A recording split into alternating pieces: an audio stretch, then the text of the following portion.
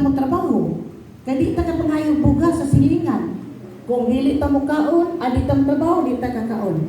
So aside from the digital age, materialism, isa pa kani sa mga causes nga usahay pasensyahin man igsuon no kay apil affected ta ani tanan, no? Trabaho, ang trabaho ang mama, ang trabaho ang papa. Ibilin ang mga bata sa gadgets. Oh, na ako'y kaila, ingon din, o maglaban na bata, ingon din. What about your toy? Ang toy kay, dako kayo nga gadget.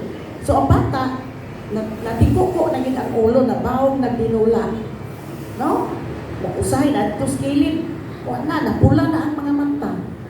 So these are actually the challenges in terms of the digital addiction.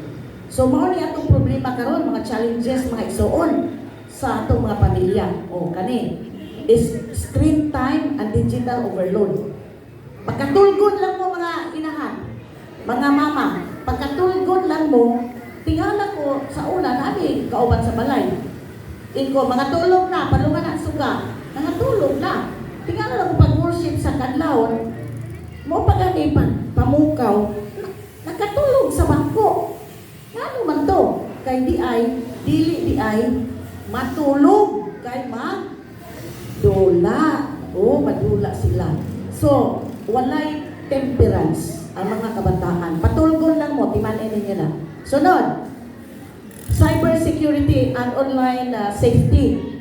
Tungod sa ang pornography, makita diretso kay wala may security. Premarital and extramarital affairs are happening. So dili na ito malingkayan kay ang bana di na makontento sa asawa. Isa kung saan na itong pahumot, pagwapa. Di yun makontento na kay naamag may nakita dito nga dili maayo. Unya ang mga batanon po, wa pa gani magbinyo, nagula-ula na. Kaya ano man, tungod ani internet.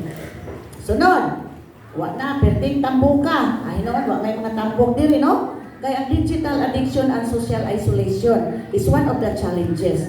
Mas ganahan sila nga mag-inusahan, dili magkikistorya nimo. So tuan dito sa ilalom, magtago-tago, magdula sa computer, magdula sa gadget, sa laptop, sa cellphone o uban pa.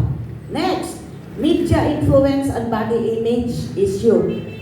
Daghan na kayo rong bayot. No? Daghan na kayo LGBTQ+++. Pinti na yung daghan na kayong plus karon.